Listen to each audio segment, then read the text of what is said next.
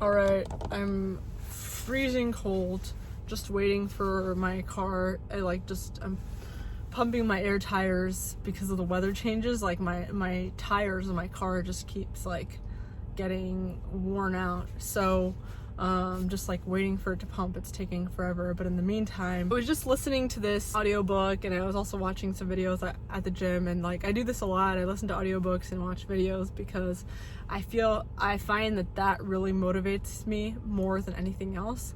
And the one thing that today like really stuck with me was in this book called Thinking Like a Billionaire, the idea of being honest as a business strategy, and like not just honest with other people, honest with yourself. When you're just like brutally honest with yourself, first of all, that's the only way you can fix things and like identify obstacles that are stopping you.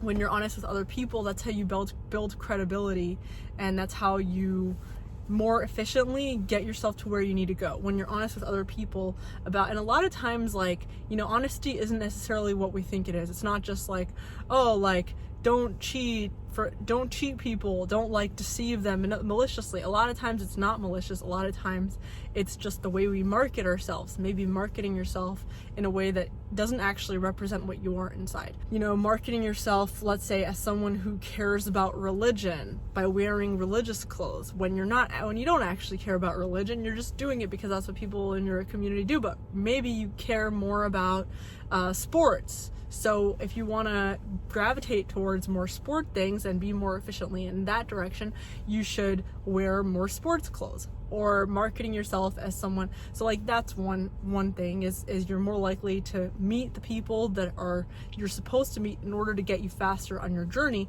by marketing yourself in an honest way, in the way that you are meant to be.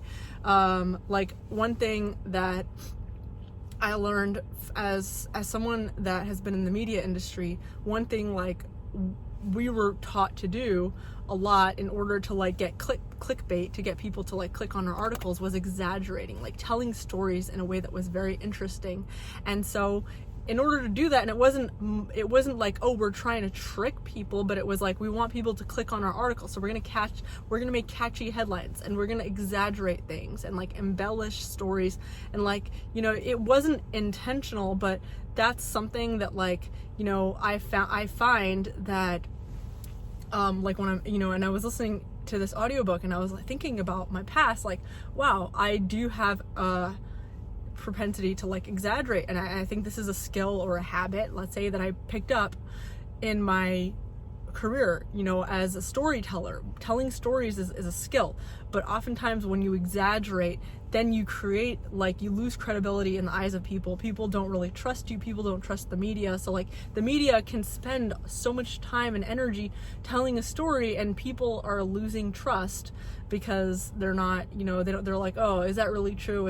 And so people stop believing your news articles, or people stop believing your stories, and so you lose credibility in the eyes of the public. And so that, you know, short term it might work. Someone might click on your thing, so you might be getting your short-term results, but long-term as a business strategy is not going to work, because people, you know, won't see you as a credible person. They're going to see you as just like a media whatever, you know what I mean?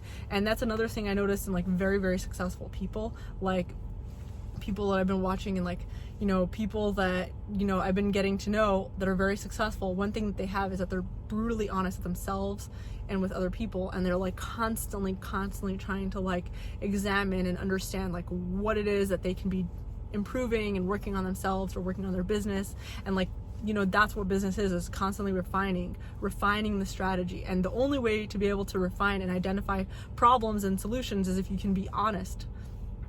If you can be honest about what they are. Realtors tend to be good salespeople, but they tend to be really only good at getting people selling that one thing. They tend to not be good long-term investors.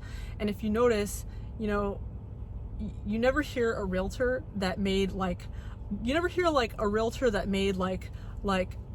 $75,000 last year or $50,000 last year. You always hear a realtor, oh, I made 6 figures last year. I made $100,000 last year. And it's like, they're always like rounding up like what they made. And it's not always like net, like what they made.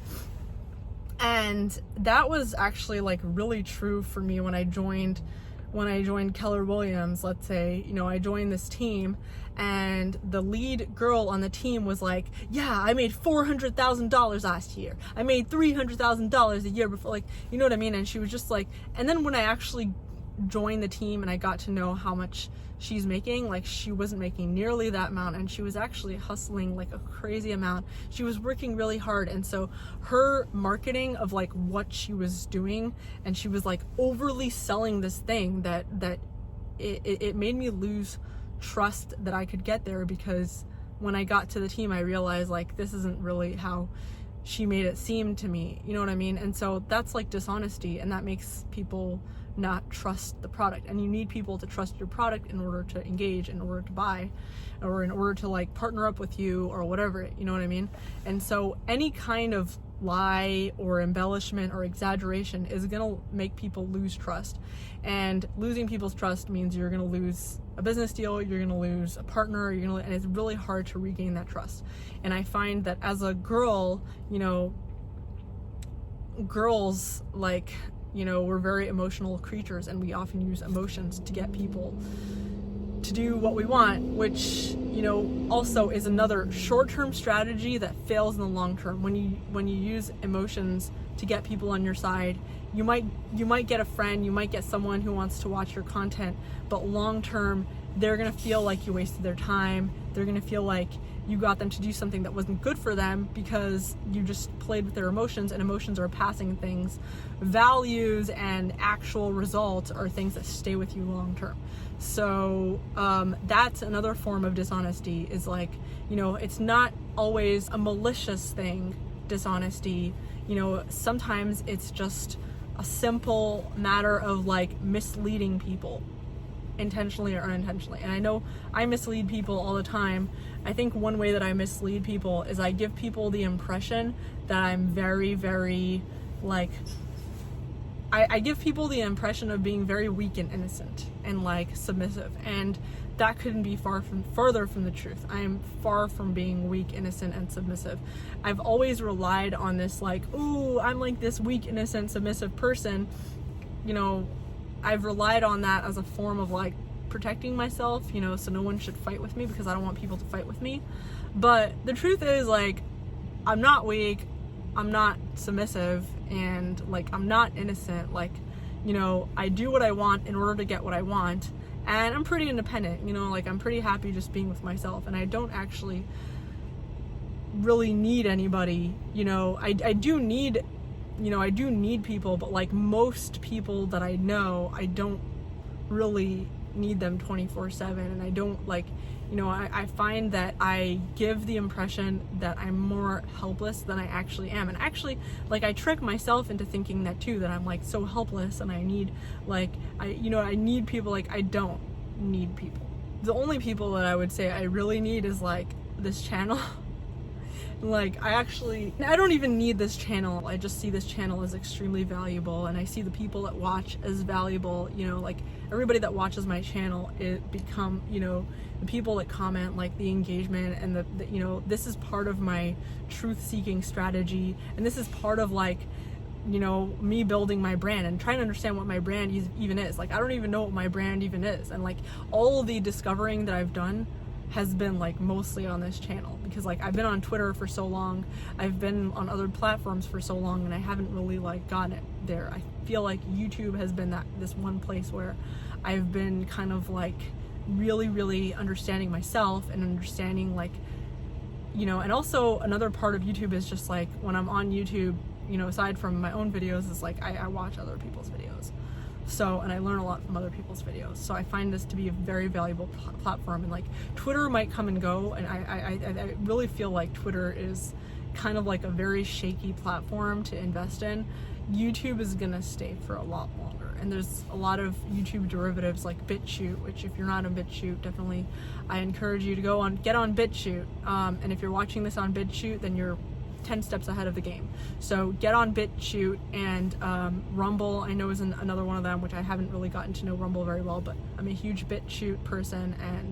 And anyway, back to like the actual topic of this video. It's not just a moral or like an ethic, it's an actual strategy, and it's something that, like, once you have it, there's no limit to how far you can go with it, and also like no one has leverage against you. So that's another plus with honesty, is that no one can like use anything you said against you, because it's all you've been being honest the whole time.